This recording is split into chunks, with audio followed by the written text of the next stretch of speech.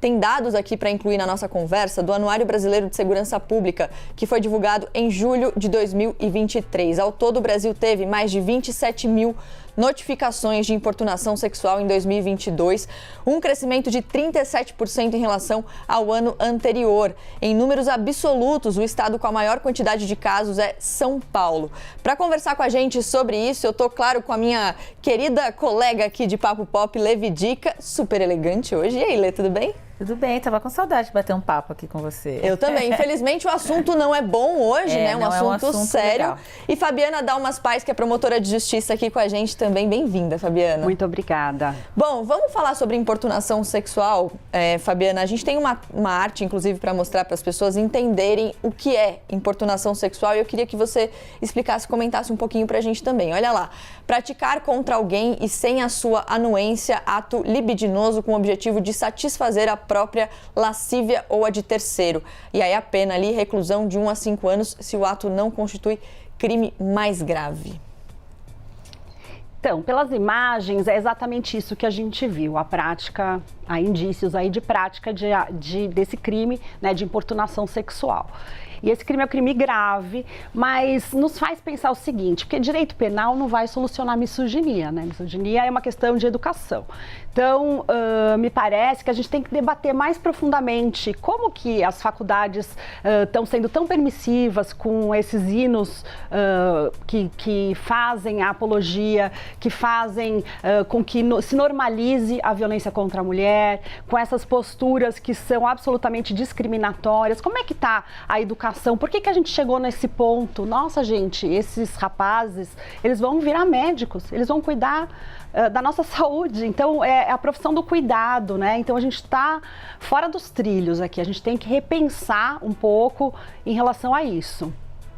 Eu estava aqui durante a preparação, né, antes do programa, eu estava lendo alguns textos e teve um que me chamou a atenção, que é um texto da Júlia Pessoa, que acho que resume bem, né, que essa masturbação coletiva na qual nós vimos é uma triste e dolorida metáfora de um mundo que não cuida ou não dá sinais de que quer cuidar das mulheres, porque não há lugar seguro para as mulheres e para as meninas.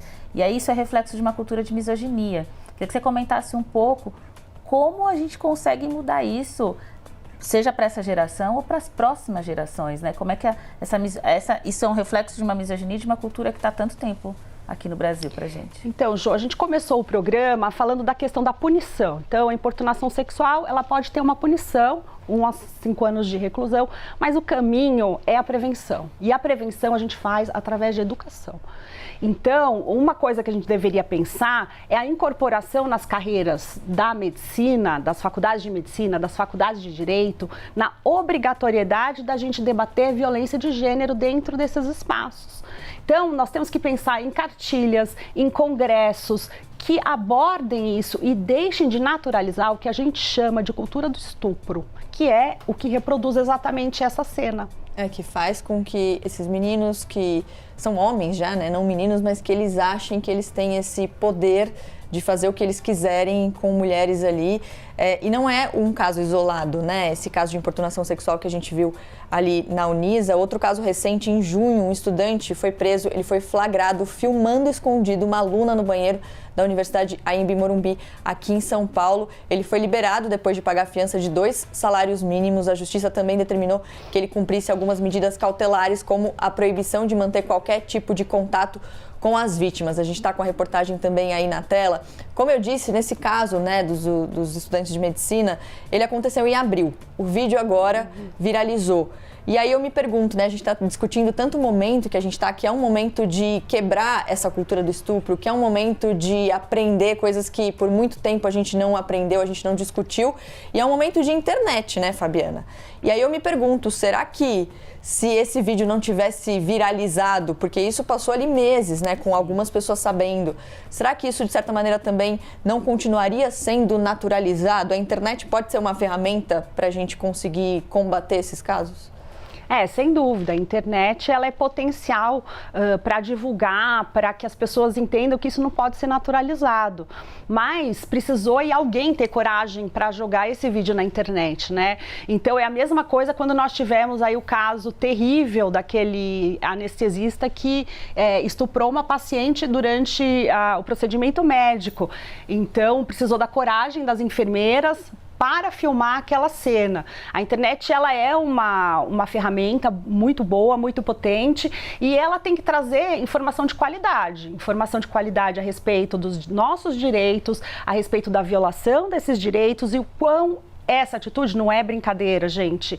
Essa atitude é até tipificada como crime. Então, vamos repensar isso, né? Vamos repensar e vamos entender, a gente está errando em algum aspecto, a gente está errando no aspecto educacional, a gente está errando no aspecto de prevenir e no aspecto de naturalizar esses hinos, por exemplo, essas dancinhas, ou nas festas, a publicidade sexista que se faz nessas festas, que você vende a mulher como se fosse um objeto. Sim. Então, você naturaliza essa conduta por parte dos estudantes. Então, a gente tem que debater de forma mais profunda essa questão da desigualdade de gênero. Por que esses rapazes, esses estudantes de medicina, estão colocados aí numa situação de privilégio que fazem com que eles se sintam super à vontade de abaixar as calças e se masturbar na frente das outras estudantes? O que está por trás disso, né? Então a gente tem que debater mais profundamente a questão das masculinidades,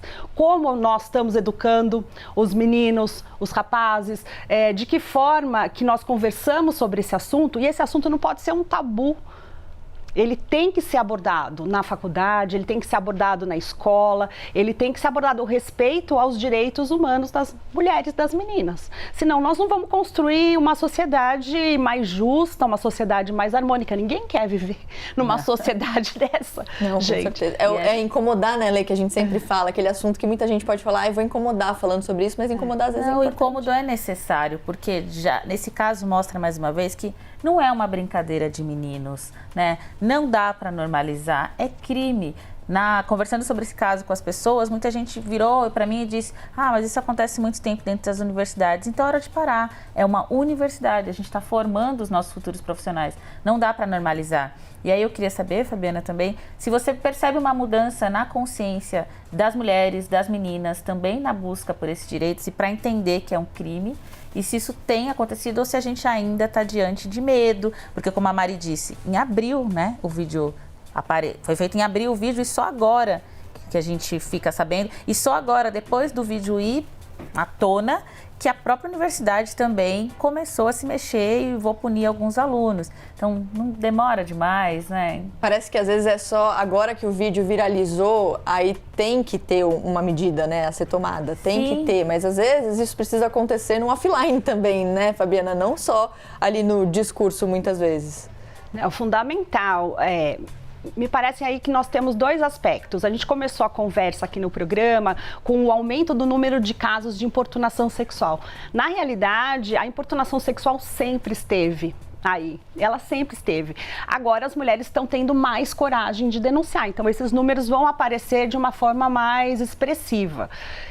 Um outro aspecto é que quando vem essa notícia como uma avalanche da internet, a gente também tem que debater um pouco a questão da importância de nós termos aí uma medida realmente educacional. Eu, particularmente, defendo e acredito que obrigar esses estudantes, por exemplo, a ficarem quinta, sexta e sábado fazendo seminários, cartilhas, debates, congressos e estudarem a questão da violência de gênero, inclusive com um olhar interseccional, que aborda todas as mulheres, não apenas as mulheres brancas, mas as mulheres negras, as mulheres indígenas, seria muito proveitoso para os estudantes de medicina. até mais do que, não estou falando que expulsou, ok, mas e do ponto de vista educacional, como que a gente vai modificar isso? Porque senão a gente está enxugando gelo, né? A gente vai ter o Código Penal aí para punir, embora eu seja uma promotora de justiça e eu processo agressores, mas eu acredito muito mais no aspecto preventivo. O direito penal não vai modificar a misoginia. O que modifica a misoginia é educação, e educação, gente, com livro físico, não com livro virtual.